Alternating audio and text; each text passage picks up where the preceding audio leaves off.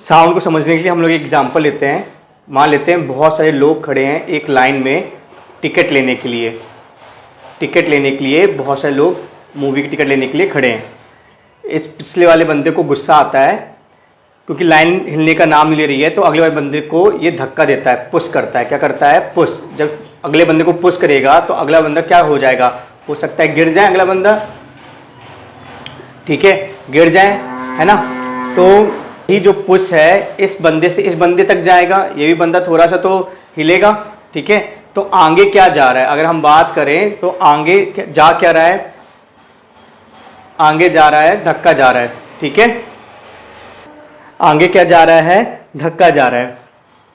इस धक्के से क्या हुआ कि कुछ लोग जो थे, जो स्पेसिंग थी वो चेंज हो गई। जैसे इनके बीच की दूरी ये थी, अब जब धक्का लगने के बाद क्या हो जाएगा? इनके बीच की स्पेसिंग क्या हो जाएगी? पास हो जाएंगी। तो ये बंदे क्या हो जाएंगे? पास हो जाएंगे जब ये पीछे धक्का मारेगा। ये बात मेरे ख्याल से आपको समझ में आ गई है। अब इसको रिलेट करते हैं अपने कॉन्सेप्ट से, साउंड से। तो क्या होता है बच्चा कि जब कोई भी पर्सन बोलता है, व्हेन समबडी स्पीक, जब कोई भी पर्सन बोलता है तो एयर के पार्टिकल्स रहते हैं, और एयर के पार्टिकल्स मान लेते हैं उनके बीच में इक्वल स्पेसिंग है। ये क्या है? एयर के पार्टिकल्स, इनके बीच में क्या है? इक्वल स्पेसिंग है। लेकिन जब कोई बंदा बोलता है, व्हेन समबडी स्पीक, तो क्या होते हैं? जो एयर के पार्टिकल है ना, इनके बीच की जो डिस्टेंस होती है वो चेंज हो जाती है। कुछ पार्टिकल्स क्या हो जाएंगे? पास हो जाएंगे, और कुछ पार्टिकल्स आपके दूर हो जाएंगे, ठीक है। तो कुछ पार्टिकल आपके पास हो गए और कुछ पार्टिकल क्या हो गए? दूर हो गए, है ना। ये बात समझ में आई? कुछ पार्टिकल क्या हो गए? आपके पास हो गए, और कुछ पार्टिकल क्या हो गए? आपके दूर हो गए। जो पार्टिकल पास आ गया उसको बोलते हैं कंप्रेशन। क्या बोलते हैं? कंप्रेशन बोलते हैं। और जो पार्टिकल्स आपके दूर हो गए उसको बोलते हैं रेयर फ्रैक्शन। क्या बोलते हैं? रेयर फ्रैक्शन, ठीक है। तो ये क्यों हुआ होगा? जैसे हमने वो एग्जांपल में देखा, किसने धक्का तो मारा होगा। तो यहाँ पे किसने धक्का मारा है? स्पीक मतलब होता है हमारे जो वोकल कॉर्ड्स होते हैं वो वाइब्रेट करते हैं। वोकल कॉर्ड्स वाइब्रेट, तो हम बोल सकते हैं वाइब्रेट। वोकल कॉर्ड्स क्या करते हैं? हमारे वाइब्रेट करते हैं। तो इन एयर के पार्टिकल की जो स्पेसिंग है किसने चेंज की?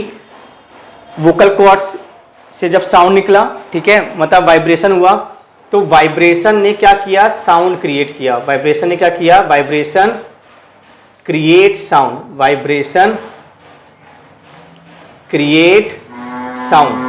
वाइब्रेशन क्या करता है? साउंड क्रिएट करता है। ये बहुत इंपॉर्टेंट बात है। और जैसे ही साउंड क्रिएट होता है तो साउंड मूव करता है। क्या आगे जा रहा है? साउंड, ठीक है। क्या आगे जा रहा है? साउंड।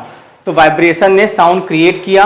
जैसे साउंड क्रिएट होता है साउंड प्रोपोगेट होता है, और जैसे ही साउंड प्रोपोगेट होता है तो साउंड क्या करता है? कुछ एयर की लेयर को पास कर देता है। जब एयर की लेयर पास होती है उसको बोलते हैं कंप्रेशन, और कुछ एयर की लेयर को क्या कर देता है? दूर कर देता है। उसको क्या बोलते हैं? Rarefaction. तो आई होप आपको समझ में आया होगा कि कुछ क्वेश्चन है, हु क्रिएट साउंड, साउंड कौन क्रिएट करता है? तो क्या होगा जवाब बच्चों बताइए? Correct, vibrating object. कौन करता है? वाइब्रेटिंग ऑब्जेक्ट, ठीक है। वाइब्रेटिंग ऑब्जेक्ट करता है, साउंड क्रिएट करता है, ठीक है।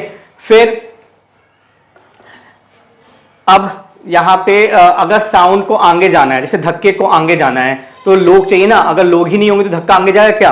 तो यहाँ पे धक्का है वो साउंड के इक्विवेलेंट है। तो अगर साउंड को आगे जाना है, अगर साउंड को मूव करना है, तो उसको क्या चाहिए? मीडियम चाहिए, ठीक है। तो क्वेश्चन बनता है what is needed by sound for its propagation. Sound को क्या चाहिए? आगे जाने के लिए। तो जैसे धक्के को आगे जाने के लिए लोग चाहिए, वैसे साउंड को आगे जाने के लिए क्या चाहिए? मीडियम। तो आंसर क्या है? मीडियम। आंसर क्या है? मीडियम, ठीक है। तो आई थिंक ये दो क्वेश्चन आपको क्लियर हो गए होंगे, है ना। अब तीसरी बात क्या आती है? एक और क्वेश्चन बनता है sound travel fastest in, sound किस में सबसे तेज चलता है, साउंड सबसे तेज किस में चलता है। तो आप बताइए, मैं एक आपको क्वेश्चन दे रहा हूं कि अगर लोग बहुत पास पास खड़े होते, अगर लोग बहुत सट सट के खड़े होते तो धक्का तेजी से जाता, धक्का कैसे जाता, तेजी से। और अगर लोग दूर दूर खड़े होते तो धक्का जाने में थोड़ा टाइम लगता। धक्का ही हमारा क्या था, साउंड था। तो अगर पास पास है, when particles are near sound travel fast, जब पार्टिकल्स नियर होते हैं तो साउंड फास्ट ट्रेवल करता है। पार्टिकल्स नियर होते हैं मतलब क्या होता है, डेंसिटी हाई। जब डेंसिटी क्या होती है, हाई होती है, तो साउंड क्या करता है, sound travel fast, sound fast travel करता है। ठीक है, और हमने स्टेट्स ऑफ मैटर में देखा है डेंसिटी सबसे हाई किसकी होती है, करेक्ट, सॉलिड। तो सॉलिड में डेंसिटी सबसे ज़्यादा होती है, तो sound travel fastest in solid, sound travel fastest in solid. पता है कितना होता है, लगभग 5 किलोमीटर पर सेकेंड, एक सेकेंड में साउंड 5 मीटर तक चला जाता है सॉलिड में। अगर हम लिक्विड की बात करें, लिक्विड की बात करें तो लिक्विड में लगभग जो इसकी स्पीड होती है 1.5 किलोमीटर पर सेकेंड तक होती है। और अगर हम गैस की बात करें तो गैस में जो स्पीड होती है लगभग 0.5 किलोमीटर पर सेकेंड होती है, या एग्जैक्ट बात करें तो 340 मीटर पर सेकेंड होती है। ठीक है, तो रीजन मैंने बता दिया कि साउंड को जो ट्रैवल करता है वो फास्टेस्ट सॉलिड में क्यों करता है, तो इसका आंसर क्या होगा, सॉलिड। ठीक है, आई होप ये समझ में आ गया होगा आपको। तो क्वेश्चन एक और जोड़ लेते हैं। क्वेश्चन क्या हमने जोड़ लिया है कि Y sound travel fast in solid, sound solid में क्यों फास्ट ट्रैवल करता है, तो आंसर क्या होगा, because density is high, density is high, because solid में जो डेंसिटी होती है वो क्या होती है, हाई। तो देख लेते हैं अपन क्वेश्चन कौन कौन से करते हैं। हु क्रिएट साउंड, साउंड कौन क्रिएट करता है, वाइब्रेटिंग ऑब्जेक्ट। जब ऑब्जेक्ट वाइब्रेट होता है तब क्या होता है, साउंड क्रिएट होता है। ठीक है, what is needed for sound for propagation, sound को आगे जाने के लिए क्या चाहिए, मीडियम की जरूरत है। साउंड सबसे ज्यादा किस में फास्ट ट्रेवल करता है, सॉलिड में। साउंड सॉलिड में क्यों फास्ट ट्रेवल करता है, तो उसकी डेंसिटी क्या है, हाई। ठीक है, एक और क्वेश्चन बनता है, does sound travel in vacuum, क्या साउंड वैक्यूम में ट्रैवल कर सकता है, तो आंसर क्या होगा बच्चा, नो। क्यों होगा, क्योंकि हमने सीखा है साउंड किसके बराबर, किसके जैसा होता है, धक्के जैसा होता है। अगर लोग ही नहीं है सामने तो धक्का आप किसको दोगे, हवा को दोगे क्या। ठीक है, तो साउंड को, वैक्यूम में कोई मीडियम ही नहीं है तो साउंड क्रिएट तो हो जाएगा लेकिन प्रोपोगेट नहीं कर पाएगा, क्योंकि आगे जाने के लिए उसको क्या चाहिए, मीडियम के पार्टिकल्स चाहिए। ठीक है, ये थोड़ा सा मैंने डिफाइन किया था वाइब्रेशन क्या होता है, तो ये भी देख लेते हैं। What is vibration, what is vibration, तो वाइब्रेशन क्या होता है, फास्ट ऑसिलेशन। क्या होता है, फास्ट ऑसिलेशन। फास्ट ऑसिलेशन को क्या बोलते हैं, वाइब्रेशन। फास्ट ऑसिलेशन मतलब क्या होता है, जैसे कोई पार्टिकल है, जैसे झूला होता है, जैसे झूला है ना, जैसे झूला यहाँ पे है, आपने धक्का दिया झूला ऐसा गया, फिर वापस यहाँ पे आया, फिर यहाँ गया, फिर ऐसे ऐसे करता रहता है झूला, स्विंग करता रहता है ना, इसको बोलते हैं ऑसिलेशन। और ये फास्ट ऑसिलेशन को, फास्ट, बहुत फास्ट ऑसिलेशन क्या बोलते हैं, वाइब्रेशन। ठीक है, तो fast oscillation is known as vibration, fast oscillation is known as vibration. ठीक है, फास्ट ऑसिलेशन क्या बोला जाता है बच्चा, वाइब्रेशन बोला जाता है। अब देखो जैसे ये पेन है, पेन को मैं वाइब्रेट कर रहा हूँ, जैसे पेन है इसको टू एंड फ्रो कर रहा हूँ, टू एंड फ्रो कर रहा हूँ। ठीक है, क्या आपको इसका साउंड सुनाई दे रहा है, नहीं दे रहे ना। ठीक है, क्योंकि इसकी जो फ्रीक्वेंसी है बहुत कम है।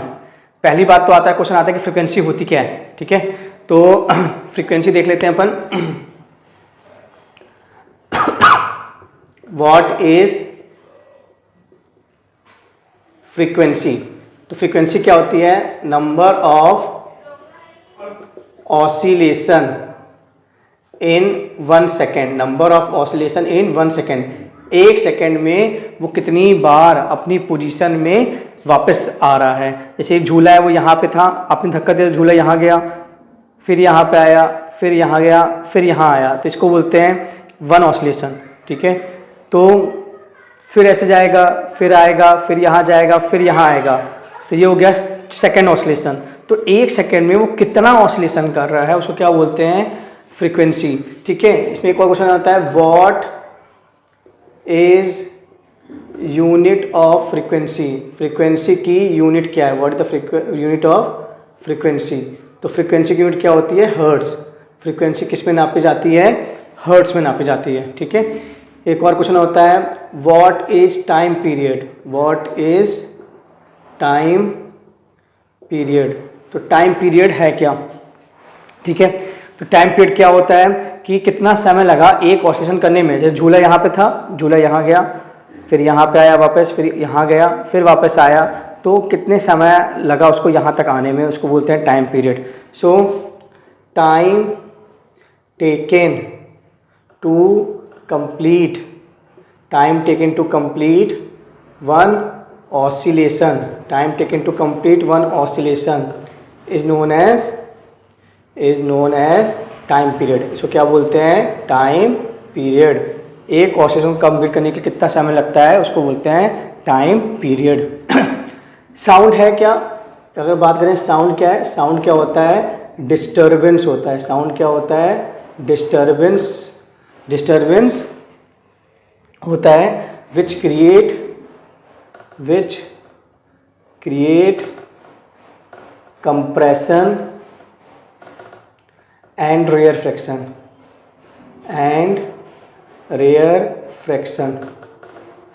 साउंड क्या होता है, एक डिस्टर्बेंस होता है। ठीक है, क्योंकि जब साउंड जाएगा, ठीक है, साउंड एयर से पास करेगा, जैसे जब धक्का जाएगा तो धक्का क्या करेगा, लोगों को अपनी पोजीशन से क्या करेगा, हिलाएगा, मूव करेगा। तो ऐसे साउंड है, साउंड तो धक्का ही है, तो वो क्या करेगा, डिस्टर्ब करेगा तो एयर के पार्टिकल को। जब एयर के पार्टिकल को डिस्टर्ब करेगा तो कुछ एयर के पार्टिकल पास आ जाएंगे और कुछ एयर के पार्टिकल क्या हो जाएंगे, दूर चले जाएंगे। जब एयर के पार्टिकल पास होते हैं तो उसको बोलते हैं कंप्रेशन, और जब एयर के पार्टिकल दूर होते हैं तो उसको क्या बोलते हैं, रेयरफैक्शन। तो आई होप इतने क्वेश्चन हैं, ये आपका क्वेश्चन नंबर फर्स्ट है। ठीक है, फर्स्ट, ये सेकेंड, ये सब इंपॉर्टेंट क्वेश्चन हैं जो आपको इसके आंसर आने ही चाहिए। ये third question, question number fourth, this is fifth, this is sixth, this is seventh, and this is eighth, this is ninth, and this is 10। तो आई होप ये 10 के 10 क्वेश्चन आपको समझ में आ गए होंगे। ठीक है, फिर अपन नेक्स्ट डिस्कस करते हैं जी। तो अब देखिए अपन समझते हैं वेवलेंथ क्या होता है। ये आपको जो दिख रहा है यू शेप का डंडी दिख रही है, इसको टर्निंग फॉर्क बोलते हैं, ट्यूनिंग फॉर्क बोलते हैं। ये वाइब्रेट कर रही है। पहले जब ये अपने ऐसे ही थी, वाइब्रेट नहीं की थी, ये बॉल्स क्या है, एयर के पार्टिकल्स हैं, और स्प्रिंग क्या है, उनके बीच की स्पेसिंग है। तो जब ये वाइब्रेट करेगा, कोई चीज़ वाइब्रेट करता है पहले ऐसा जाएगा, कोई भी चीज़ जब वाइब्रेट करता है तो पहले ऐसा जाएगा, फिर ऐसा आएगा, फिर ऐसा जाएगा। जैसे ये यहाँ पे था, वाइब्रेट मतलब क्या होता है, पहले ऐसा जाएगा, फिर यहाँ वापस आएगा, फिर ऐसा जाएगा, फिर यहाँ वापस आएगा, फिर ऐसा ऐसा जाता रहेगा ना। तो पहले टर्निंग फॉर्क ऐसा गया, जब ऐसा गया तो उसने बॉल को यहाँ तक का मारा। अब स्प्रिंग एक जगह से नहीं दबती है, दो जगह से दबती है, तो ये भी स्प्रिंग, ये भी यहाँ पे बॉल आ जाएगी, तो यहाँ के पार्टिकल क्या आ जाएंगे, पास। जब ये पास आएगा तो स्प्रिंग यहाँ खिंच जाएगी, तो ये पार्टिकल क्या हो जाएंगे, दूर। और जब ये खींचेगी, स्प्रिंग ये खींच रही है, तो ये पार्टिकल और यहाँ आ जाएगा, तो ये क्या हो जाएंगे, पास। फिर स्प्रिंग, ये जो टर्निंग फॉर्क है वो नॉर्मल पोजीशन में आएगी, क्योंकि टर्निंग फॉर्क ऐसा थी, टर्निंग फॉर्क पहले यहाँ आई, यहाँ आई, टर्निंग फॉर्क यहाँ आई, फिर यहाँ वापस आएगी अपनी पोजीशन में, तो फिर से वो क्या हो जाएंगे, नॉर्मल हो जाएंगे। फिर टर्निंग फॉर्क क्योंकि वाइब्रेट कर रही है तो क्या होता है, पहले टू मोशन होता है और फिर फ्रो मोशन होता है। अब टर्निंग फॉर्क यहाँ गई, जब टर्निंग फॉर्क यहाँ गई तो उसने बॉल को अपने साथ यहाँ ले लिया, तो बॉल खिंच गई। जब ये खिंच गई तो तभी खिंच सकती है जब ये बॉल यहाँ आए, जब ये बॉल यहाँ आए, ठीक है। तो जब ये बॉल खिंच जाएगी, ये बॉल खिंच जाएगी, तो यहाँ पे ये जब बॉल खिंचेगी तो एक तरफ से स्प्रिंग नहीं खिंचती है, यहाँ से खिंचेगी। जब यहाँ खिंचेगी तो यहाँ ये बॉल यहाँ जाएगी, तो ये स्प्रिंग क्या हो जाएगी, दब जाएगी, तो यहाँ स्पेस क्या हो गया, तो पार्टिकल में कम हो गया। फिर स्प्रिंग, ये टर्निंग फॉर्क क्या आएगी, अपनी नॉर्मल पोजीशन में आ जाएगी, फिर से सब कुछ क्या हो जाएगा, नॉर्मल हो जाएगा। तो जितना समय लगा, ये पूरे समय, ठीक है। इस पूरे समय को एक्चुअली बोलते हैं टाइम पीरियड। ये पूरा होता है, ये पूरा वन ऑसिलेशन हुआ, टर्निंग फॉर्क का क्या हुआ, वन ऑसिलेशन हुआ, और इस पूरे समय को क्या बोला हमने, टाइम पीरियड बोला। अब यहाँ पे कंप्रेशन है, क्यों, क्योंकि यहाँ पे पार्टिकल क्या है, पास, यहाँ ये पार्टिकल पास, तो जो कंप्रेशन के बीच की दूरी होती है उसको बोलते हैं लैम्डा या वेवलेंथ। वेवलेंथ किससे करते हैं, लैम्डा से, ठीक है। या यहाँ पे रेयर फ्रैक्शन है, पार्टिकल दूर दूर है, तो दो रेयर फ्रैक्शन की दूरी को भी क्या बोलते हैं, लैम्डा। ये दूरियां सेम होती हैं, जो दो कंप्रेशन के बीच में दूरी होती है वही दूरी क्या होती है, दो रेयर फ्रैक्शन के बीच में भी दूरी होती है। आई बात समझ में आपको, ठीक है। तो वेवलेंथ क्या होता है, क्वेश्चन पहले बनता है what is wavelength, what is wave length. तो इसका आंसर क्या होगा, ये क्वेश्चन नंबर 11 हो गया। इसका आंसर क्या होगा कि डिस्टेंस बिटवीन सक्सेसिव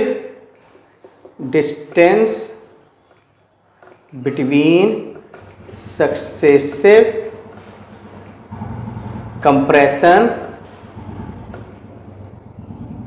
और rarefaction is known as wavelength.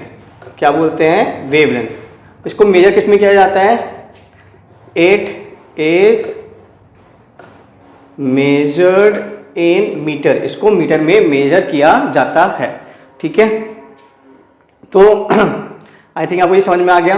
अब आगे क्या जा रही है, ये वाइब्रेटिंग ऑब्जेक्ट है, ये हमारा क्या है, वाइब्रेटिंग, ये हमारा है वाइब्रेटिंग ऑब्जेक्ट है। तो वाइब्रेटिंग ऑब्जेक्ट क्या क्रिएट करेगा, वेव, ठीक है, मतलब sound wave. Sound wave create करेगा, ये साउंड वेव जा रही है, ये कौन जा रही है, साउंड वेव। तो जाएगी तो उसकी क्या होगी, एक वेलोसिटी होगी। क्या होगी, वेलोसिटी होगी। साउंड वेव की क्या होगी, वेलोसिटी होगी, ठीक है। तो साउंड वेव अपनी वेलोसिटी से जा रहा है। जब साउंड वेव यहाँ पहुंचा तो इसने यहाँ क्या कर दिया, इन पार्टिकल के डिस्टेंस को कर दिया पास। जब साउंड वेव यहाँ पहुंचा तो ये पार्टिकल क्या हो गया, दूर। जब साउंड वेव यहाँ पहुंचा तो ये पार्टिकल क्या हो गया, पास, ठीक है। तो जब, क्योंकि साउंड वेव क्या है, एक डिस्टर्बेंस है जो पार्टिकल को क्या करता है, डिस्टर्ब करता है ना। अब हम बात करते हैं रिलेशन क्या होता है वेव लेंथ, फ्रीक्वेंसी और वेलोसिटी ऑफ साउंड में। तो क्वेश्चन आता है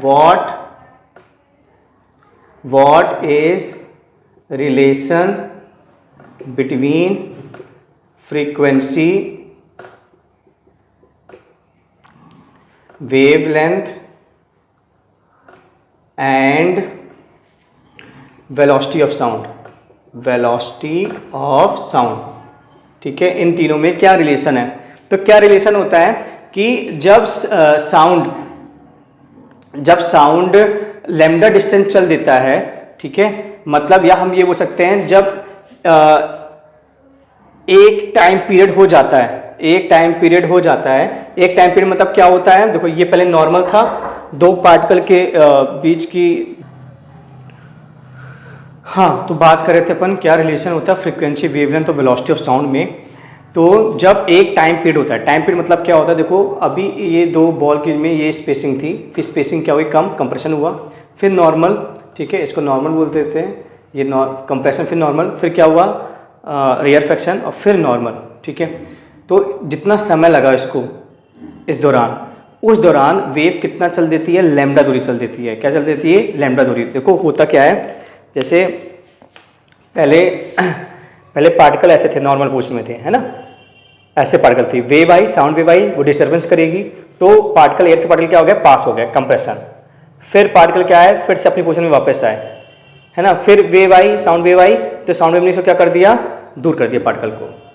फिर ये वापस अपनी पोजीशन में आएंगे, फिर कंप्रेशन, फिर अपनी नॉर्मल पोजीशन में, फिर रेयर फ्रैक्शन, फिर नॉर्मल पोजीशन में, फिर कंप्रेशन, ऐसा चलता जाएगा, है ना।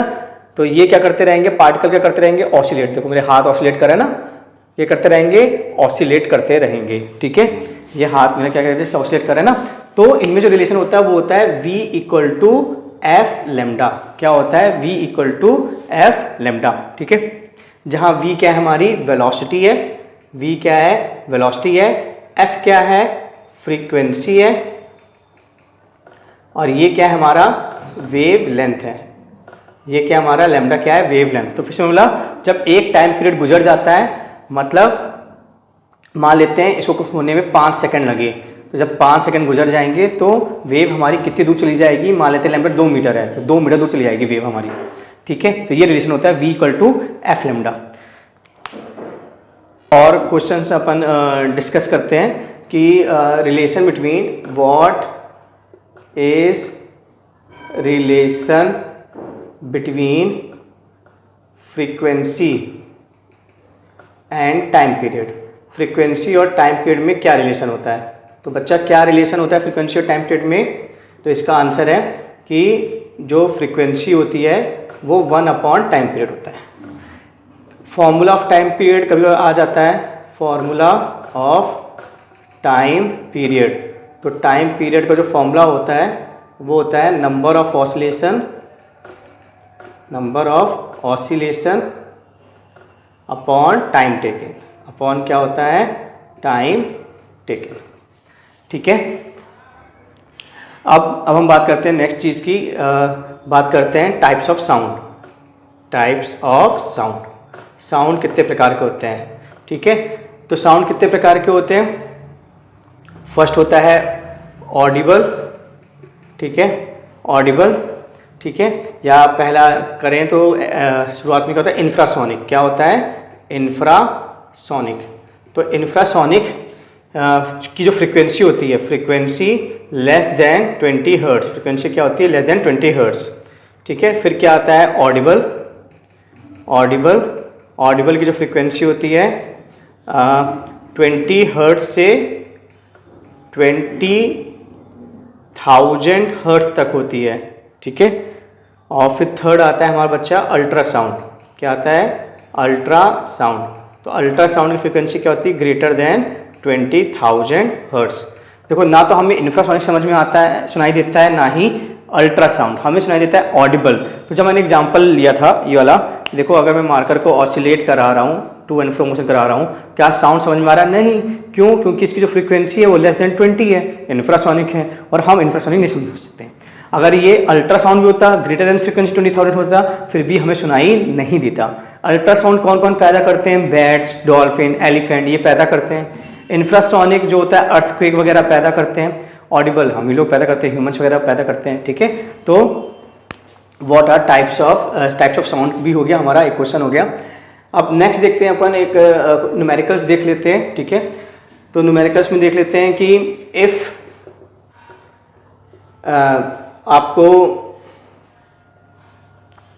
साउंड की स्पीड दे दिया है, if speed of sound in air is 340 meter per second, then what is the frequency, what is the wavelength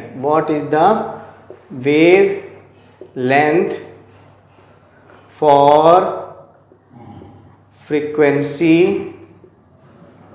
20,000 hertz। तो बच्चा बोला गया है कि 20,000 फ्रीक्वेंसी अगर है तो उसके करस्पॉन्डिंग वेव लेंथ क्या होगी। तो हमें स्पीड दिया है, हमें फ्रीक्वेंसी दिया है, तुरंत क्लिक करना चाहिए वाला फॉर्मूला, ये सबसे इंपॉर्टेंट फॉर्मूला है, ये फॉर्मूला हमको पता ही होना चाहिए। तो हम लगा देंगे v equal to f lambda. तो v कितना दिया गया है, 340, फ्रीक्वेंसी कितना दिया गया है, फ्रीक्वेंसी कितनी दी गई है, 20,000। तो लेमडा निकालना है, तो क्या हो जाएगा, 340 बाय 20,000 इक्वल टू लेमडा, ये जीरो कैंसिल, 2 1 जा 17, तो ये आ जाएगा 0.017, 1 10 100,000, 0.017 मीटर। तो ये आ गया हमारा आंसर। तो कितनी वेवलेंथ होगी, 0.017 मीटर। ओके, अब अपन बात करते हैं what is longitudinal wave. What is longitudinal wave, longitudinal wave क्या होती है। ठीक है, तो हमने जब एग्जांपल दिया था धक्के वाला, जब धक्का गया था तो जिस डायरेक्शन में धक्का गया था उसी डायरेक्शन में पार्टिकल्स भी जा रहे थे, मतलब लोग भी उसी डायरेक्शन में जा रहे थे, है ना। जैसे लोग ऐसे खड़े थे, धक्का ऐसा गया, तो लोग भी कैसे गिरे, ऐसे गिरे ना, इसी साइड गिरे जिस साइड धक्का गया, है ना। तो लॉन्गिट्यूडनल वेव ऐसे साउंड वेव भी होता है, जब साउंड जाता है तो पार्टिकल भी उसी डायरेक्शन में डिस्प्लेस होते हैं. So when particles are displaced in the direction of sound, direction of wave, जब पार्टिकल वेव की डायरेक्शन में डिस्प्लेस करते हैं तो उसको क्या बोलते हैं, लॉन्गिट्यूडनल वेव बोलते हैं. ठीक है. अब एक और है, give an experiment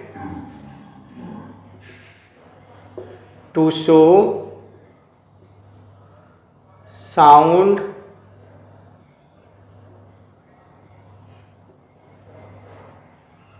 need medium. एक एक्सपेरिमेंट बताना है तो इसका आंसर है बेल जार. क्या है एक्सपेरिमेंट, बेल जार. तो बेल जार कैसा एक्सपेरिमेंट होता है, एक जार होता है, ठीक है, उसमें एक मालूम उसके अंदर घंटी है और ग्लास का जार है, उसके अंदर घंटी बज रही है, तो आपको घंटी की आवाज़ सुनाई देगी. धीरे धीरे उस जार में से जो हवा है हम निकालते जा रहे हैं. ठीक है, वैक्यूम क्रिएट कर दिया. तो हम जानते हैं साउंड को प्रोपोगेट करने के लिए क्या चाहिए, मीडियम चाहिए. अब मीडियम रहा नहीं तो धीरे धीरे जो बेल जार की साउंड है वो क्या होता जाएगा, धीमा होता जाएगा. और फिर एक वक्त ऐसा आएगा कि बेल तो बजती रहेगी लेकिन हमें साउंड सुनाई नहीं देगा. ठीक है. तो बेल जार एक्सपेरिमेंट कहलाया जाता है. क्या कहलाया जाता है, बेल जार एक्सपेरिमेंट. ठीक है. As the air remove sound become feeble. Sound क्या हो जाता है, कमजोर होता जाता है. तो क्वेश्चन नंबर 11, 12, ये बच्चा क्या हो गया, question number 13, question number 14, question number 15, question number 16,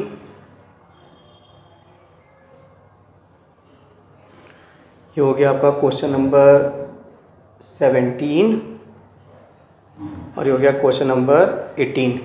तो ये 18 क्वेश्चन और उसके आंसर आपको आने ही चाहिए इस चैप्टर में. अब पढ़ रहे हैं हम लोग reflection of sound. Reflection of sound. तो देखिए जैसे एक ये सरफेस है, ये मान लो फ्लोर है, ये क्या है, फ्लोर है, और एक बॉल ऐसे आ रही है, टेढ़ी आ रही है, और जब फ्लोर से टकराएगी तो कैसे जाएगी बच्चा, ऐसी टेढ़ी जाएगी ना. ये मान लो क्या है, बॉल. ठीक है. और जितने एंगल से आई है, मान लो 30 डिग्री एंगल से आई है, तो 30 डिग्री एंगल से क्या होगी, जाएगी. उसी तरह बेटू लाइट साउंड भी होता है. साउंड को कोई भी सरफेस मिलता है तो जैसे मान लीजिए साउंड ये आ रहा है और यहाँ टकराया, ठीक है, तो ये साउंड आया और ये साउंड गया, तो जितने एंगल पे साउंड आया उतने एंगल पे ही जाएगा. मतलब एंगल आई और एंगल आर क्या होंगे, बराबर. इसी को बोलते हैं law of reflection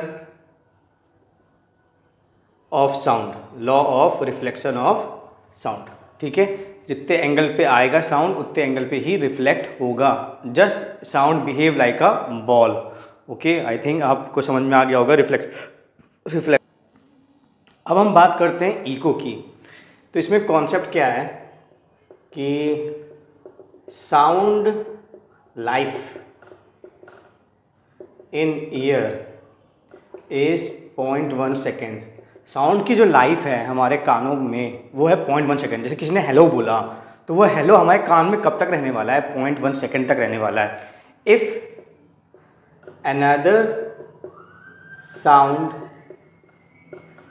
come before 0.1 second it will not be distinguished. अगर कोई साउंड 0.1 सेकेंड के पहले आ रहा है रिफ्लेक्ट होके, तो वो साउंड हमें समझ में नहीं आएगा। But if reflected sound comes after 0.1 second it will be heard. अगर रिफ्लेक्टेड साउंड 0.1 सेकेंड के बाद आता है तो वो हमें सुनाई देगा, it will be heard. And this reflected sound is known as echo, और इसी रिफ्लेक्टेड साउंड को हम क्या बोलते हैं, इको। ठीक है, तो क्या होता है नॉर्मली, क्या होता है जैसे हमने बोला हेलो बोला, तो ये हेलो मेरा क्यों नहीं गूंजा, क्योंकि जब मैंने हेलो बोला तो मेरे सामने मोबाइल है, मेरा साउंड मोबाइल में गया, मेरा साउंड इस टेबल में गया, मेरा साउंड इस वॉल पे गया। अब साउंड की स्पीड बहुत फास्ट होती है, कितनी होती है, 340 मीटर पर सेकेंड। तो ये साउंड ये टकरा के, क्योंकि ये साउंड बॉल की तरह बिहेव करेगा, ये टकरा के मेरे कान में वापस आ रहा है, और ये कान में मेरे वापस आ रहा है 0.1 सेकेंड के पहले ही आ रहा है। ठीक है, और जो 0.1 सेकेंड के पहले आएगा तो वो मुझे समझ में नहीं आएगा, तो एक ही बार मुझे हेलो समझ में आया अपना बोला हुआ। तो एक बहुत ही ऑब्वियस क्वेश्चन होता है, क्या वो डिस्टेंस चाहिए कि साउंड जब लौटे टकरा के तो वो हमें हर्ड हो, मतलब इको हमें समझ में आए। ठीक है, तो वो उस डिस्टेंस को कैलकुलेशन करते हैं, बहुत ईजी है। मान लो एक ये सरफेस है और ये साउंड है, ये हमने बोला यहाँ से साउंड गया, ये मान लो स्पीकर है, ठीक है, और ये साउंड जा रहा है। जब ये साउंड जा रहा है और ये यहाँ से रिफ्लेक्ट होगा और ये साउंड वापस आ रहा है, ये साउंड गया और ये साउंड क्या आया वापस, और ये कोई हमारा हार्ड सरफेस है, ये हमारा कोई है हार्ड सरफेस है। अब साउंड की जो स्पीड होती है गैस में या एयर में, वो क्या होती है 340 मीटर पर सेकेंड। मान लेते हैं ये जो डिस्टेंस है d है, ठीक है। अब ये जो हम जानते हैं वेलोसिटी डिस्टेंस और टाइम में क्या रिलेशन होता है, वेलोसिटी इक्वल टू क्या होता है डिस्टेंस अपॉन टाइम। हमें डिस्टेंस निकालना है तो डिस्टेंस क्या हो जाएगा वेलोसिटी इंटू टाइम। वेलोसिटी कितनी होती है 340 होती है टाइम, ठीक है, और डिस्टेंस कितना है 2d है, d जाने का d लौटने का 2d, ठीक है। तो हमारा d क्या हो जाएगा 340/2 और टाइम। तो हम जानते हैं कि ये साउंड लौट क्या आएगा तो उसको टोटल समय 0.1 सेकेंड से ज़्यादा लगना चाहिए, तो हम 0.1 सेकेंड ही अभी रख देते हैं। तो ये आ जाएगा 17 मीटर 17 मीटर। तो कम से कम 17 मीटर डिस्टेंस हमारी होनी चाहिए अगर हमारे रिफ्लेक्टेड साउंड को, अगर हमारे साउंड को जो जा रहा है और उसको डिस्टेंस कितनी मिल जाए 17 मीटर, तो जब वो लौट के आएगा तो उसको जो टाइम लगने वाला है 0.1 सेकेंड से ज़्यादा ही लगने वाला है। तो जब वो लगेगा 0.1 सेकेंड से ज़्यादा तो हमें अपना ही साउंड दोबारा सुनाई देगा, उसको क्या हम क्या बोलेंगे इको बोलेंगे। जैसे आप पहाड़ियों में जाते हो और आप तेज़ से चिल्लाते हो तो दूर एक चट्टान होती है, उसकी जो दूरी है 17 मीटर से ज़्यादा ही होगी कंफर्म, और जब वही साउंड आपने हेलो बोला तो वही हेलो आपको लौट के आएगा, ठीक है। तो आप समझ में आया होगा वो ऐसा क्यों हुआ होगा। तो that is the concept of echo, और ये मेन फॉर्मूला है जो आपको याद रखना है, ठीक है। इको में जो महान फॉर्मूला है वो जो आपको याद रखना है वो होता है टी, कुछ भी निकालने को ज़्यादा टी पूछता है तो टी इक्वल टू ये हो जाएगा 2d/v, ठीक है। ये फॉर्मूला हो जाएगा आपके इको के लिए, t equal to 2d/v। I hope आपको समझ में आया होगा। अब इसके ऊपर एक बहुत फेमस न्यूमेरिकल करते हैं। मान लेते हैं ये एक टावर है और यहाँ पे पानी है, ये क्या है पानी है, और बच्चा जो टावर की हाइट है, ठीक है, वो हाइट है 500 मीटर। कितनी हाइट है 500 मीटर। यहाँ से कोई पर्सन एक पत्थर को ड्रॉप करता है, स्टोन इज ड्रॉप, एक पत्थर को ड्रॉप करते हैं, पत्थर जब पानी में टकराएगा तो एक साउंड क्रिएट होगा और फिर ये साउंड जाएगा उसके कानों में। तो हमें बताना है कि कितने समय बाद वो साउंड उसको सुनाई देगा। पहले पत्थर नीचे आएगा, कुछ समय लेगा, जब टकराएगा पानी से तो एक साउंड आएगा और वो साउंड फिर जाएगा ऊपर की तरफ जाएगा। तो टोटल समय कितना लगा साउंड को पहुंचने को निकालना है। Total time taken by sound to reach ear, ये हमें निकालना है। तो पहले हम नीचे जाने का समय निकालते हैं कि नीचे जाने का कितना समय लगेगा। जब भी कोई बॉल ड्रॉप होती है तो नीचे जाने का समय होता है, उसका फॉर्मूला होता है 2h/g। क्या फॉर्मूला होता है? 2h/g। इस फॉर्मूले हम रख देते हैं, तो 2 × 500/10, तो ये हो जाएगा 10 सेकेंड। 10 सेकेंड लगेंगे उस पत्थर को नीचे आने में, ठीक है। अब साउंड ट्रेवल करना है तो हम टाइम जानते हैं, डिस्टेंस अपॉन क्या होता है? वेलोसिटी। तो डिस्टेंस कितना कवर करना है? 500, और वेलोसिटी कितनी होती है? 340, तो 17, 25, ठीक है। तो टोटल टाइम जो हो जाएगा हमारा, टोटल टाइम जो हो जाएगा वो हो जाएगा t + t, मतलब 10 सेकेंड प्लस 25/17 सेकेंड। ये हमारा आंसर आ जाएगा, ठीक है। तो 195/17 सेकेंड, ये हमारा आंसर आएगा। इतना समय लगेगा साउंड को वापस आने में, कान तक आने में। अब हम एक देखते हैं रिवर्बरेशन। रिवर्बरेशन मतलब होता है persistence of sound for a long time. Persistence of sound for a long time, मतलब लंबे समय के लिए साउंड का रहना या साउंड का बार बार गूंजना, ये होता है रिवर्बरेशन। जैसे सिनेमा हॉल जाते हैं, किसी एक्टर ने कोई डायलॉग बोला कि कोई भी डायलॉग बोला, ठीक है, तो वो डायलॉग अगर वो बार बार गूंजे तो कैसा लगेगा? मज़ा आएगा क्या? नहीं आएगा ना मज़ा। अब तो वो थिएटर बहुत बड़ा होता है, ठीक है, 17 मीटर तो उसको मिल ही जाएगा, तो इको हो जाएगा। तो इको हो जाएगा और हर जगह से होगा, सामने वाली वॉल से, ऊपर सीलिंग से, सबसे जगह होगा, तो बार बार वो साउंड क्या होगा? गूंजेगा। तो persistence of sound for a long time, या इसको बोल सकते हैं मल्टीपल इको। मल्टीपल इको, जब बार बार इको हो तो उसको क्या बोलते हैं हम? रिवर्बरेशन। अब रिवर्बरेशन का रोकने का सोल्यूशन क्या है? Solution to stop reverberation. तो सोल्यूशन क्या है? जो वॉल्स होती हैं उनको कॉटन से फिल कर दिया जाता है। Walls are filled with cotton. तो कॉटन से क्यों किया जाता है? बिकॉज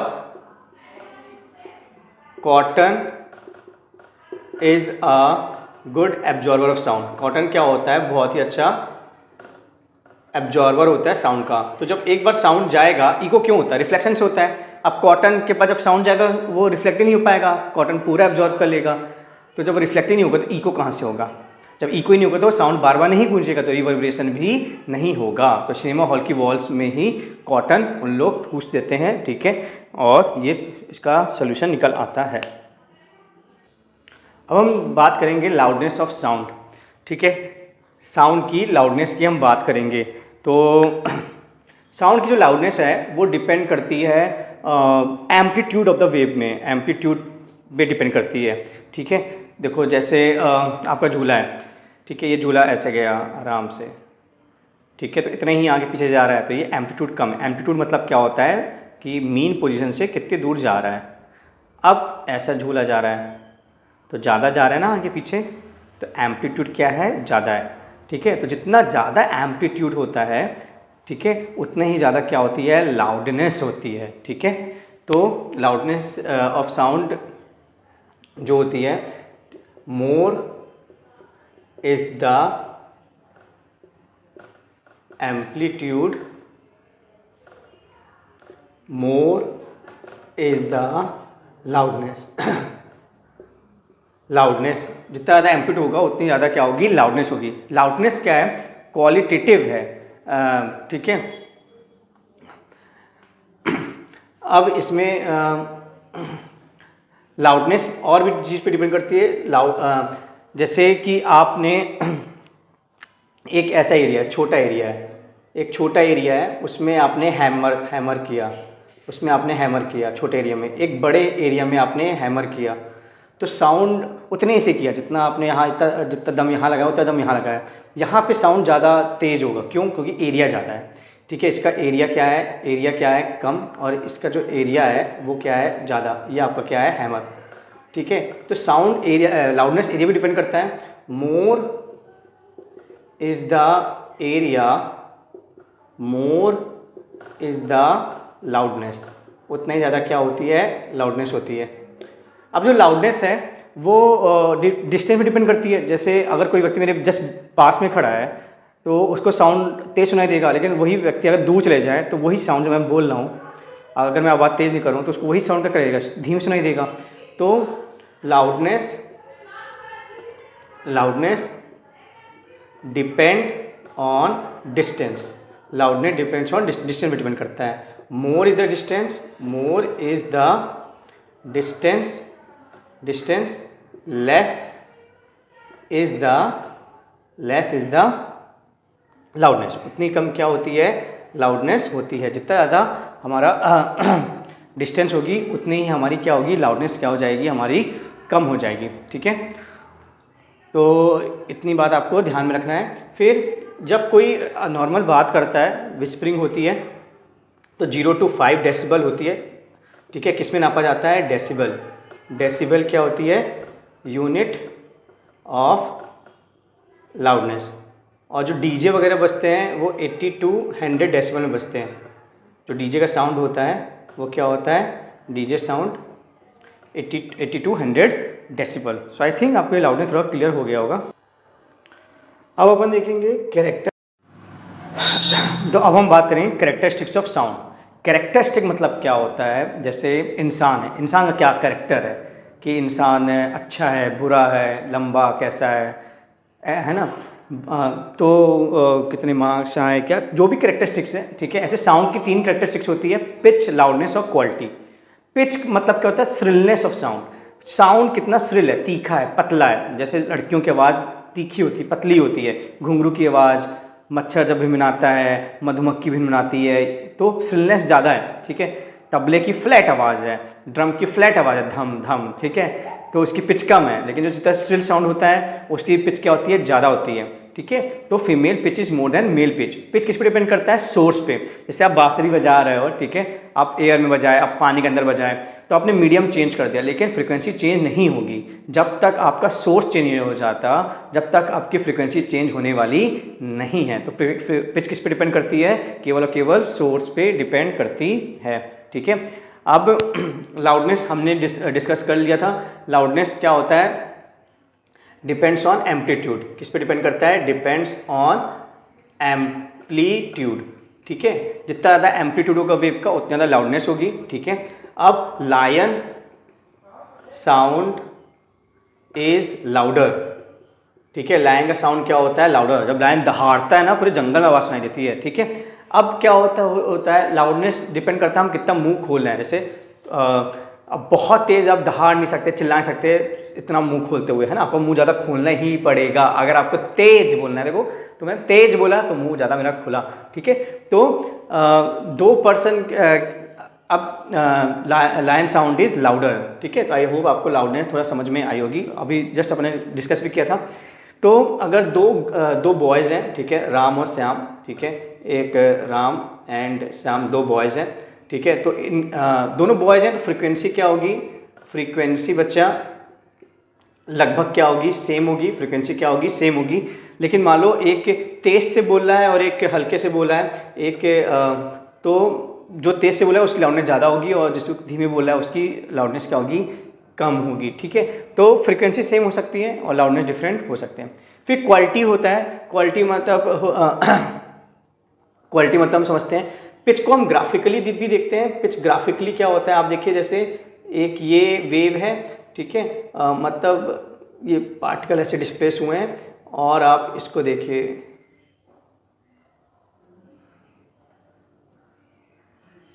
क्या आपको समझ में आ रहा है, देखो ये टाइम पीरियड है, ये क्या है, टाइम पीरियड।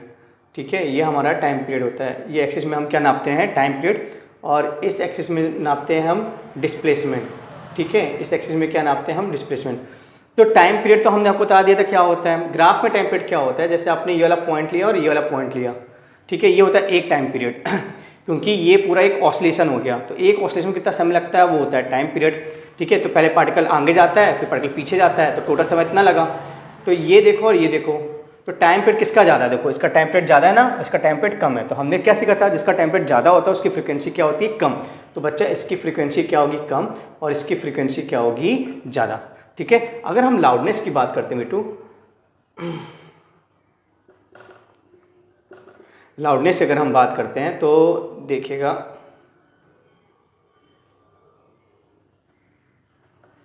अब देखिएगा टाइम पीरियड लगभग सेम है। देखो जितने दूर ये है उतनी ही दूर ये है। लेकिन देखिए यहाँ पे तो डिस्प्लेसमेंट नापा जाता है, तो डिस्प्लेसमेंट इसका कम है, इसका ज़्यादा डिस्प्लेसमेंट है, ठीक है। तो इसमें फ्रीक्वेंसी तो सेम है, फ्रीक्वेंसी क्या है, सेम, क्योंकि लगभग टाइम पीरियड क्या है, सेम है, लगभग टाइम पीरियड क्या है, सेम है। जितनी दूरी ये है उतनी दूरी ये है, लेकिन इसका एम्पलीट्यूड ज़्यादा है। ये क्या होता है, एम्पलीट्यूड, ये क्या होता है, एम्पलीट्यूड। तो इसका एम्पलीट्यूड क्या है, कम, और इसका एम्पलीट्यूड है ज़्यादा। इसका लाउडनेस कम है और इसका लाउडनेस ज़्यादा है, ठीक है।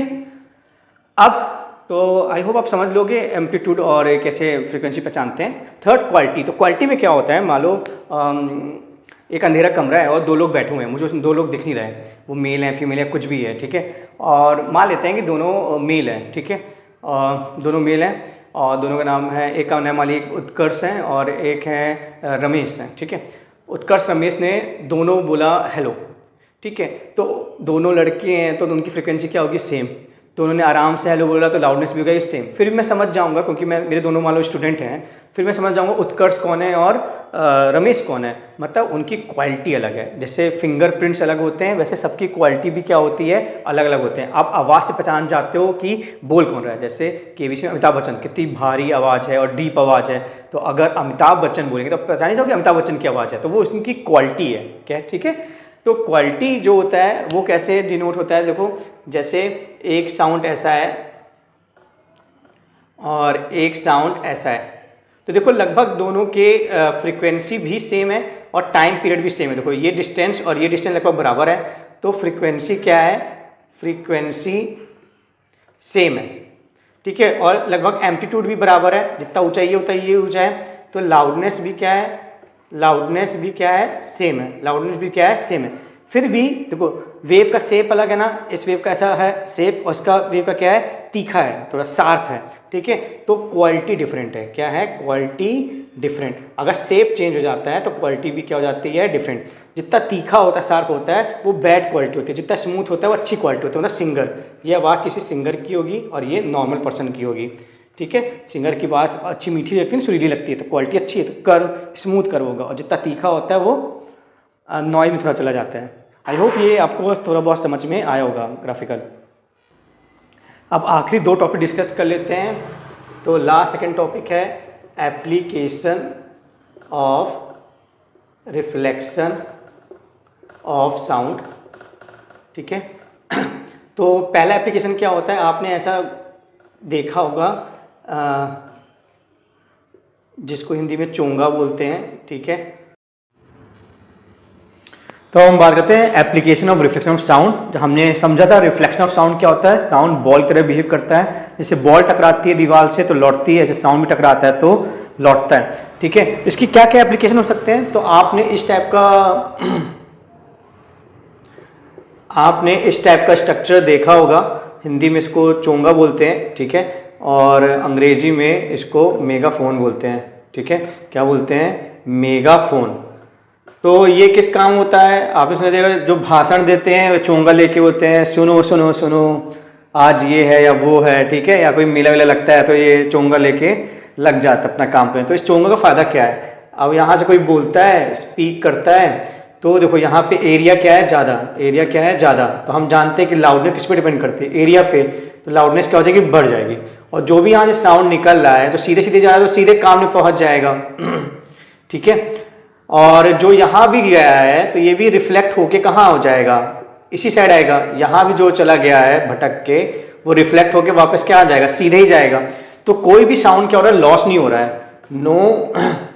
नो साउंड इज लॉस, कोई भी साउंड लॉस नहीं हो रहा है, कोई भी साउंड लॉस नहीं हो रहा है। देयरफॉर रिफ्लेक्शन टेक प्लेस, क्या हो रहा है, reflection take place, reflection take place, reflection हो रहा है। यहाँ टकराया, रिफ्लेक्शन हुआ, ठीक है, ऐसा गया ऐसा लौटा, यहाँ टकराया ऐसा गया, तो रिफ्लेक्शन टेक प्लेस, जिससे क्या हो रहा है, लाउडनेस और बढ़ रही है, ठीक है। और वही साउंड हमें बहुत तेज से सुनाई दे रहा है, क्योंकि साउंड जब हम बोलते हैं ना तो हमारा साउंड है वो दाएं बाएं ऊपर नीचे सब जगह आता है। अब सुनने वाला तो सामने है ना, तो यहाँ दाएं बाएं जो साउंड जा रहा है वो तो लॉस ही है ना।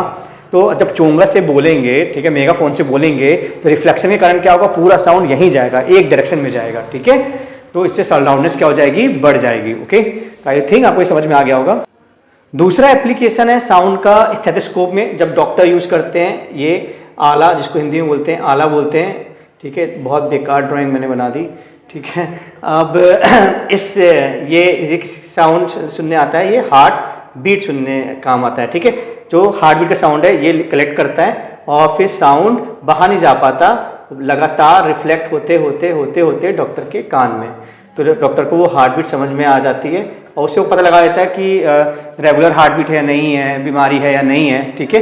तो यहाँ पे भी क्या हुआ, रिफ्लेक्शन ऑफ साउंड हुआ। आप देख रहे हो क्या हो रहा है, रिफ्लेक्शन ऑफ साउंड हो रहा है। रिफ्लेक्शन के कारण क्या हो रहा है, no loss of sound, no loss of sound, sound का लॉस नहीं हो रहा है, ठीक है। जिससे कि क्या हो रही है, लाउडनेस, लाउडनेस क्या हो रही है, बढ़ रही है, लाउडनेस क्या हो रही है, बढ़ रही है। जैसे आपके सामने कोई खड़ा है, उसका दिल तो धड़क ही रहा होगा, ठीक है। और जब उसका दिल धड़क रहा है तो क्या उसकी धड़कन को सुनाई दे रही है, नहीं दे रही, क्योंकि उसकी दिल की जो धड़कन है, आवाज़ है, वो सब जगह जा रही है, दाएं बाएं ऊपर नीचे। लेकिन जब आप स्टेथोस्कोप सुनते हो तो स्टेथोस्कोप में क्या हो रहा है, वो देखो जैसे मेगाफोन कर रहा था, वो लॉस नहीं होने देना साउंड को, यहाँ यहाँ देना, वही साउंड रिफ्लेक्ट होते होके सब सीधे जा रहा है। जितने भी साउंड दाएं बाएं वाले थे सबको वो समेट के सामने कर रहा है, जिससे कि हमें वो साउंड अब समझ में आ रहा है, उसकी दिल की धड़कन, ठीक है। आई होप ये भी आपको पॉइंट समझ में आ गया होगा। थर्ड और लास्ट जो एप्लीकेशन है, जो सीलिंग होती है सिनेमा हॉल की, वो कर्व्ड होती है। देखिए यहाँ पे ये स्पीकर है, सन लग रहा है, स्पीकर तो लग नहीं रहा है, तो स्पीकर है और ये क्या है, हमारी कर्व्ड सीलिंग है। ये हमारी क्या है, कर्व्ड सीलिंग है। तो क्या होता है, जैसे हमारे घर की छत तो एकदम फ्लैट होती है, फ्लैट होती है, और लेकिन अगर आप ध्यान देना मूवी थिएटर्स की जो छत होती है वो कर्व्ड होती है। कैसी होती है, कर्व्ड। क्यों कर्व रखते हैं, कि जो भी बैठा है, मान लो जो यहाँ बैठा है, यहाँ बैठा है, यहाँ या कोई बालकनी में बैठा है, तो सबको साउंड एक जैसा सुनाई दे। देखो ये साउंड यहाँ पे रिफ्लेक्ट हुआ, यहाँ पे रिफ्लेक्ट हुआ और यहाँ पे रिफ्लेक्ट हुआ। तो साउंड जी की जो क्वालिटी है हर एक बंदे के लिए एक जैसी हूँ, इसलिए क्या होता है, कर्व सीलिंग होती है। Sound quality for each must be same, must be same, इसलिए क्या करते हैं, कर्व सीलिंग करते हैं। तो इसमें भी क्या हो रहा है, रिफ्लेक्शन हो रहा है, साउंड यहाँ आया, टकरा के वापस आया। तो आई होप आपको तीनों एप्लीकेशन बहुत अच्छे समझ में आ गए होंगे। अब हम चैप्टर का आखिरी टॉपिक डिस्कस करते हैं, एप्लीकेशन ऑफ अल्ट्रासाउंड। तो अल्ट्रासाउंड डिस्कस करते हैं। अल्ट्रासाउंड क्या है, याद है आपको, जिसकी फ्रीक्वेंसी 20,000 हर्ट्ज से ज़्यादा होती है। मतलब एक सेकेंड में 20,000 वाइब्रेशन, इतना तेज कि आप इमेजिन भी नहीं कर सकते, ठीक है। तो पहला एप्लीकेशन है used as a buzzer, used as a buzzer. Buzzer होता है, क्या होता है कि मतलब अल्ट्रासाउंड जब निकलता है ना, कि कोई भी डिवाइस है उसको बजर बोलते हैं। तो ये रिपेल करता है, ये रिपेल करता है मॉस्किटो को। किसको रिपेल करता है, मॉस्किटो को रिपेल करता है, और अट्रैक्ट करता है फिश को। किसको अट्रैक्ट करता है, फिश को। तो ये बजर लगा दो, फिश अपने आप आ जाएंगी, ठीक है। और ये छोड़ दो क्योंकि इसी आवाज में शायद देगी नहीं, ठीक है। और ये अपना मॉस्किटो आसपास नहीं घूमेंगे क्योंकि मॉस्किटो को रिपेल करता है अल्ट्रासाउंड। सेकेंड इसका हम यूज देखते हैं अल्ट्रासाउंड का, वो होता है सोनोग्राफी में, ठीक है। सोनोग्राफी में यूज होता है। कौन डॉक्टर करता है, जिसको बोलते हैं गायनेकोलॉजिस्ट, गायनेकोलॉजिस्ट, गायनेकोलॉजिस्ट जो डॉक्टर होते हैं वो सोनोग्राफी का यूज करते हैं। क्या भेजते हैं, अल्ट्रासाउंड भेजते हैं, जिससे कि इमेज ऑफ इंटरनल ऑर्गन दिख जाते हैं, इमेज ऑफ इंटरनल ऑर्गन्स। जैसे आप जब एक्सरे यूज करते हो ना, जब एक्सरे यूज करते हो तो हड्डियों की इमेज आती है, इंटरनल ऑर्गन तो नहीं आती इमेज की, स्टमक कहाँ है, लीवर कहाँ है, कैसा है। अल्ट्रासाउंड से क्या होता है, अंदर जो ऑर्गन्स है उनकी इमेज भी आ जाती है, जिससे कि गायनेकोलॉजिस्ट जो होते हैं वो बता लेते हैं कि जो फोइटस है, जो बेबी, वो कैसा है, स्वस्थ है या नहीं है, ठीक है। बहुत सारी चीज़ें बता पाते हैं, है ना। तो ये सोनोग्राफी में यूज होता है, ठीक है। थर्ड, मेटल डिफेक्ट पता करने के लिए यूज होता है। कैसे, मान लो कोई मेटल है और उसमें छोटा सा डिफेक्ट है, जब आप अल्ट्रासाउंड भेजते हो, ठीक है, तो अल्ट्रासाउंड की फ्रीक्वेंसी होती है ज़्यादा। जब फ्रीक्वेंसी ज़्यादा होती है बच्चा, तो याद रखना हमेशा वेवलेंथ कम होगा। तो वेवलेंथ कम होगा तो बहुत कम वेवलेंथ होगा, तो ये क्या कर पाएगा, डिफेक्ट को, ये डिफेक्ट को पार नहीं कर पाएगा। ये डिफेक्ट है, ये मेटल है, ठीक है। तो जब डिफेक्ट, हमने यहाँ से क्या भेजा, अल्ट्रासाउंड भेजा। क्या भेजा, अल्ट्रासाउंड। तो जब हमने अल्ट्रासाउंड भेजा, डिफेक्ट को पार नहीं कर पाया,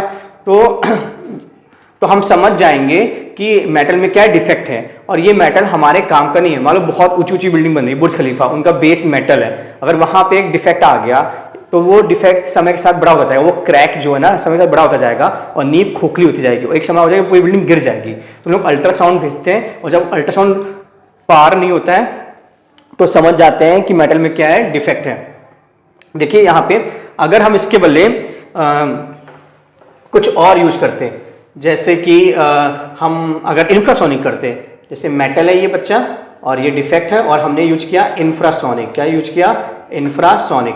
तो इंफ्रासोनिक की फ्रीक्वेंसी क्या होती है? कम, तो वेवलेंथ क्या होगा? ज्यादा। अब वेवलेंथ ज्यादा है, देखो ये वेवलेंथ ज्यादा है, वेवलेंथ ये दूरी होती है ना, ये दूरी क्या होती है? वेवलेंथ। तो वेवलेंथ बेटा ज्यादा है, तो ये वेवलेंथ ने, देखो ये वेवलेंथ पार कर गया डिफेक्ट को, वेवलेंथ क्या कर गया? डिफेक्ट को पार, ठीक है। तो पार कर गया तो डिफेक्ट तो उसने रीड ही नहीं किया, तो इंफ्रासोनिक इसलिए हम नहीं भेजते हैं। क्या भेजते हैं? अल्ट्रासाउंड भेजते हैं। ओके, आई होप ये आपको समझ में आ गया होगा कि क्यों अल्ट्रासाउंड भेजते हैं मेटल डिफेक्ट करने के लिए। नेक्स्ट जो एप्लीकेशन है, जो भी है फोर्थ एप्लीकेशन है, ठीक है। फोर्थ एप्लीकेशन इसकी है क्लीनिंग। क्या है? क्लीनिंग। बहुत सारे एरियाज होते हैं जिसमें मान लो धूल या मिट्टी या कुछ भी गंदगी छिपी हुई है, डर्ट है, ठीक है। जब हम अल्ट्रासाउंड इसमें भेजेंगे, अल्ट्रासाउंड, मान लो ये जा रहा है, अल्ट्रासाउंड जा रहा है, तो अल्ट्रासाउंड की फ्रीक्वेंसी क्या होती है? बहुत ज़्यादा, बहुत ही ज़्यादा होती है। तो वो डर्ट को क्या कर देगा? डर्ट को ऑसिलेट करवा देगा। क्या करवा देगा? डर्ट को ऑसिलेट। डर्ट को क्या करवा देगा? ऑसिलेट। डर्ट को ऐसे ऐसे ऑसिलेट करवा देगा। जब डर्ट ऑसिलेट होगा, डर्ट ढीला हो जाएगा, जो गंदगी ढीली हो जाएगी और गिर जाएगी और सफाई हो जाएगी उस जगह की। तो बहुत सारे एरिया है जहाँ हाथ नहीं पहुँचते हैं, झाड़ू वाड़ू नहीं पहुँचते हैं, बहुत, ठीक है, छोटी मोटी जगह होती है जहाँ बहुत कचरा पड़ा रहता है। तो आप अल्ट्रासाउंड भेजोगे तो डर्ट ऑसिलेट करेगा, ढीला पड़ जाएगा, लूज हो जाएगा, लूज एंड फॉल, और क्या हो जाएगा? गिर जाएगा, और हमारा वो साफ हो जाएगा। आई होप ये भी समझ में आ गया होगा आपको, ठीक है, क्लीनिंग पर्पस के लिए। फिर फिफ्थ पॉइंट देखते हैं।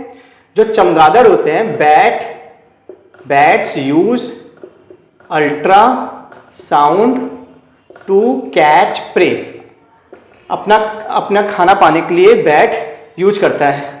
अब बैट कैसे बनाए? मान लो बैट है, ठीक है, बहुत ही बेकार बैट दिख रहा होगा आपको, ठीक है। और बैट क्या करता है? अल्ट्रासाउंड प्रोड्यूस करता है। मान लो ये प्रे है, ये इसका खाना है, ये क्या है? इसका प्रे, खाना। तो ये अल्ट्रासाउंड प्रोड्यूस करेगा, ठीक है। और जब अल्ट्रासाउंड रिफ्लेक्ट होकर वापस आ जाएगा, इसने अल्ट्रासाउंड पैदा किया, अल्ट्रासाउंड, और अल्ट्रासाउंड ये पैदा भी करता है और ये सेंस भी करता है बैट, ठीक है। तो जब अगर कोई प्रे होगा तो वापस आएगा अल्ट्रासाउंड, तो समझ जाएगा प्रे है सामने, और वो अंदाजा लगा लेगा और खा लेगा, ठीक है। So when there is prey, जब एक प्रे होता है, अल्ट्रासाउंड रिटर्न, अल्ट्रासाउंड क्या करता है? रिटर्न करता है, and bat knows there is prey, और बैट को पता चल जाता है यहाँ वहाँ क्या है? एक प्रे है, मतलब उसका खाना है, और वो खा लेता है। तो अल्ट्रासाउंड बहुत फायदेमंद है बैट के लिए, अंधेरे में भी वो खा लेगा, ठीक है, अपने प्रे को। नेक्स्ट देखते हैं, 6 देते हैं, इको कार्डियोग्राफी। इको कार्डियोग्राफी क्या है? हम सेंड करते हैं, send ultrasound to heart, ultrasound को हार्ट में भेजते हैं, ठीक है। हम अल्ट्रासाउंड को भेजते हैं, हार्ट में भेजते हैं, अलग अलग पार्ट्स में, और उसकी इमेज हमें मिल जाती है। Ultrasound, send ultrasound to heart, various part, अलग अलग पार्ट में भेजते हैं, various parts, and get image of heart, और हार्ट क्या मिल जाती है? इमेज मिल जाती है, इसको बोलते हैं इकोकार्डियोग्राफी। फिर टू ब्रेक किडनी स्टोन्स, ठीक है। तो क्या होता है? पत्थरी, आपने नाम सुना होगा, छोटे छोटे स्टोन्स पड़ जाते हैं, ठीक है। वो स्टोन्स क्यों पड़ जाते हैं? ऑक्जेलेट जमा हो जाता है, ठीक है। और वो जब वो पत्थर पड़ जाते हैं गॉल ब्लेडर वगैरह में या कहीं भी पड़ जाते हैं, तो यूरिन निकलना मुश्किल हो जाती है, बहुत दर्द होता है, ठीक है। और जब वो बहुत ज़्यादा बड़े हो जाएंगे तो बहुत पेन होता है। तो उसको रिमूव करने, तोड़ने के लिए हम अल्ट्रासाउंड भेजते हैं। जब हम अल्ट्रासाउंड भेजेंगे तो अल्ट्रासाउंड अपनी फ्रीक्वेंसी बहुत तेज़ है, तो इतनी तेज़ फ्रीक्वेंसी है कि उसको तोड़ देगा वो, ठीक है। सो अल्ट्रासाउंड ब्रेक किडनी स्टोन, ठीक है। किडनी स्टोन को क्या कर देता है? ब्रेक करता है with its large frequency, with its large frequency, अपने बहुत ज़्यादा फ्रिक्वेंसी से, क्योंकि इसकी फ्रिक्वेंसी क्या होती है 20,000 हर्ट्ज से ज़्यादा होती है, तो स्टोन को क्या कर देता है, ब्रेक कर देता है। अब जो लास्ट है और जो बहुत बार आता है, क्वेश्चंस आते हैं, वो आते हैं सोनार के। तो सोनार के देख लेते हैं, व्हाट इज सोनार। तो जो भी एप्लीकेशन है 8 वेट है, तो सोनार, तो सोनार जो होता है वो होता है साउंड नेविगेशन एंड रेंजिंग। क्या होता है, साउंड नेविगेशन एंड रेंजिंग, ठीक है। सोनार क्या होता है, साउंड नेविगेशन एंड रेंजिंग। क्या होता है कि मान लो कोई जहाज़ है, ठीक है, कोई शिप है और ये पानी है और नीचे सबमरीन है, नीचे क्या है, सबमरीन, ये क्या है, सबमरीन है। और मान लो ये सबमरीन जो है वो किसी दुश्मन की है, ठीक है, दुश्मन की, एनिमी की है। अब एनिमी सामने से अटैक नहीं कर रहा है, एनिमी नीचे से अटैक कर रहा है, ठीक है। तो ये क्या करेगा, इसके पास एक रडार होता है, क्या होता है, शिप है ये, इसके पास क्या होता है, रडार, ये शिप है, और ये अल्ट्रासाउंड भेजता है। क्या भेजता है, अल्ट्रासाउंड, ये अल्ट्रासाउंड भेजता है। और अगर अल्ट्रासाउंड रिटर्न होके आ गया वापस, तो इस पर रिसीवर भी होता है जो रिसीव कर लेता है, और ये समझ जाएगा कि नीचे सबमरीन है, कोई दुश्मन है, और ये प्रिपेयर रहेगा, ठीक है। It send ultrasound and if it return he knows there is submarine। तो इसका साउंड नेविगेशन एंड रेंजिंग। तो अब एक और सा काम होता है, इसके अलावा क्या होता है, डेप्थ ऑफ सी नापता है। क्या होता है, डेप्थ ऑफ सी नापता है। डेप्थ ऑफ सी कैसे नापता है, मान लो ये सी बेड है, ये क्या है, सी बेड, उसने अल्ट्रासाउंड सेंड किया और ये अल्ट्रासाउंड लौटा, ठीक है। तो हम जानते हैं एक formula 2D equal to V into T, ठीक है। तो हमें 2D निकालना है या D निकालना है, तो D क्या हो जाएगा, कितना C की डेप्थ है, तो क्या हो जाएगा V इंटू टी बाई 2। अब वेलोसिटी जो पानी में होती है लगभग कितनी होती है, 1450 होती है, और टाइम वो नोट कर लेगा, एक कोई मशीन होगी तो उससे वो क्या करेगा, टाइम नोट कर लेगा, कितने समय हमने भेजा और कितने समय बाद सिग्नल वापस आ रहा है, तो वही टाइम यहाँ पुट कर देगा, इस फॉर्मूले में रख देगा, तो क्या आ जाएगा, डिस्टेंस आ जाएगा, कितनी दूर सी बेड था, कितने दूर समुद्र की जमीन थी, ठीक है। तो डेप्थ ऑफ सी निकालने की काम आता है सोनार, ओके। न्यूमेरिकल करते हैं, बहुत शानदार न्यूमेरिकल है। अल्ट्रासाउंड भेजा गया है, ठीक है, और अल्ट्रासाउंड जब भेजा गया है तो डिस्टेंस दी गई है, कितने डेप्थ में भेजा गया है, 365, और जब अल्ट्रासाउंड रिटर्न करता है तो कितना समय लेता है अल्ट्रासाउंड रिटर्न होने में, ठीक है। अल्ट्रासाउंड रिटर्न होने कितना लेता है, 5 सेकंड। जैसे सोनार का क्वेश्चन है, ठीक है, कि एक एनसीईआरटी क्वेश्चन है 20, एनसीईआरटी का क्वेश्चन नंबर अब ये 20 है, आप देख लेना। एक सोनार को भेजा गया है साउंड अल्ट्रासाउंड के रूप में, ठीक है, तो हमें वेलोसिटी निकालना। तो हम जानते हैं हमारा फॉर्मूला क्या है, 2D equal to V into T. तो 2 और D कितना है बेटा, 3625 अपॉन टाइम कितना है 5, तो हमारी आ जाएगी वेलोसिटी। तो 5 7 जा 35, 1 12, 5 10 to 25, ये आ जाएगा 2 5 जा 10, 1 2 4 1 5, 2 7 जा 14, 1450 मीटर पर सेकेंड, ठीक है।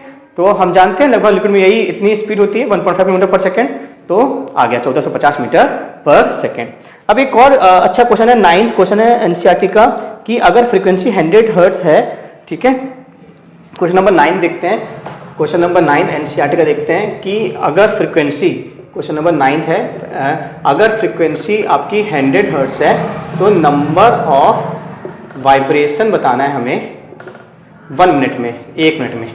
तो हम जानते हैं कि फ्रीक्वेंसी का मतलब क्या होता है, फ्रीक्वेंसी का मतलब होता है number of vibration in 1 second. 1 second में कितने वाइब्रेशन है, तो 1 सेकंड में कितने वाइब्रेशन है, वो फ्रीक्वेंसी होती है, कितने हैं 100, तो 1 सेकंड में 100 है। 1 मिनट में कितने सेकंड होते हैं, 60 सेकंड होते हैं। तो बच्चा जो 1 सेकंड में 100 वाइब्रेशन है आपके, फ्रीक्वेंसी का मतलब यही होता है कि 1 सेकंड में कितने वाइब्रेशन है, तो हमें वो बता दिया है। तो 60 सेकंड में बच्चा क्या होगा, सिंपल सी मैथ लगाओ, तो क्या होगा 100 इंटू 60 वाइब्रेशन, तो कितना हो जाएगा 6000 वाइब्रेशन, कितना हो जाएगा 6000 वाइब्रेशन आ जाएंगे, ठीक। अब एक और क्वेश्चन है, थंडर और लाइट का क्वेश्चन है, क्वेश्चन नंबर 6 है कि थंडर और लाइट सेम टाइम पे प्रोड्यूस्ड होते हैं, लेकिन पहले लाइट दिखती है, बाद में थंडर दिखता है, क्यों बेटा, क्योंकि थंडर जो है वो साउंड है, थंडर क्या है, साउंड, और साउंड की स्पीड क्या होती है, साउंड की स्पीड होती है आपकी एयर में कितनी होती है, लगभग 0.5 किलोमीटर पर सेकेंड होती है, ठीक है। लेकिन लाइट की स्पीड पता है कितनी होती है V2? लाइट की स्पीड होती है 3 लाख किलोमीटर। कितनी होती है? 3 लाख किलोमीटर पर सेकेंड। तो आप अंतर देख रहे हो, कहाँ 3 लाख, कहाँ 0.5, ना के बराबर। इसे लाइट पहले दिखती है और बाद में जाके हमें साउंड सुनाई देता है, थंडर, ठीक है, क्योंकि स्पीड का अंतर है बहुत ही ज़्यादा, ठीक है। एक लास्ट क्वेश्चन करते हैं एनसीईआरटी का, बहुत इंटरेस्टिंग। तो लास्ट क्वेश्चन डिस्कस करते हैं, क्वेश्चन नंबर 8, ठीक है। एक एल्युमिनियम रॉड है, ठीक है, और यहाँ पे स्ट्राइक किया जाता है। क्या किया जाता है? स्ट्राइक किया जाता है। तो स्ट्राइक किया, डिस्टर्बेंस पता किया, डिस्टर्बेंस जाएगा मतलब साउंड जाएगा, ठीक है। तो साउंड एक तो हवा से जा रहा है और एक एल्युमिनियम से जा रहा है। ये हमारा क्या है? एल्युमिनियम है। ये क्या है? हमारा एल्युमिनियम है, ठीक है। तो हमें बताना है कि हमें टाइम का रेशियो बताना है। हमें क्या बताना है? टाइम का रेशियो बताना है एयर और एल्युमिनियम में, एयर और एल्युमिनियम में। तो हम जानते हैं टाइम का जो फॉर्मूला होता है वो क्या होता है? डिस्टेंस अपॉन वेलोसिटी होता है, ठीक है। तो T1/T2 क्या हो जाएगा? Distance upon velocity 1 upon distance upon velocity 2। हमने डिस्टेंस सेम क्यों रखी है? जितना डिस्टेंस साउंड को एल्युमिनियम से यहाँ से वहाँ जाना है, ए से बी तक जाना है, उतना एयर में भी जाना है, ए से बी तक। तो डिस्टेंस क्या हो जाएगा? कैंसिल, और T1/T2 क्या हो जाएगा? V2/V1। अब एयर टू एल्युमिनियम ने कहा था, और वेलोसिटी ऑफ साउंड जो एल्युमिनियम में होती है वो होती है 6420। कितनी होती है? 6420। और एयर में जो साउंड की वेलोसिटी होती है वो क्या होती है? 340 मीटर पर सेकेंड। तो हम रख देते हैं 6420 अपॉन 340 मीटर पर सेकेंड। तो ये 17 हो जाएगा, 3 2 1। तो ये हमारा टाइम का रेशियो निकला है।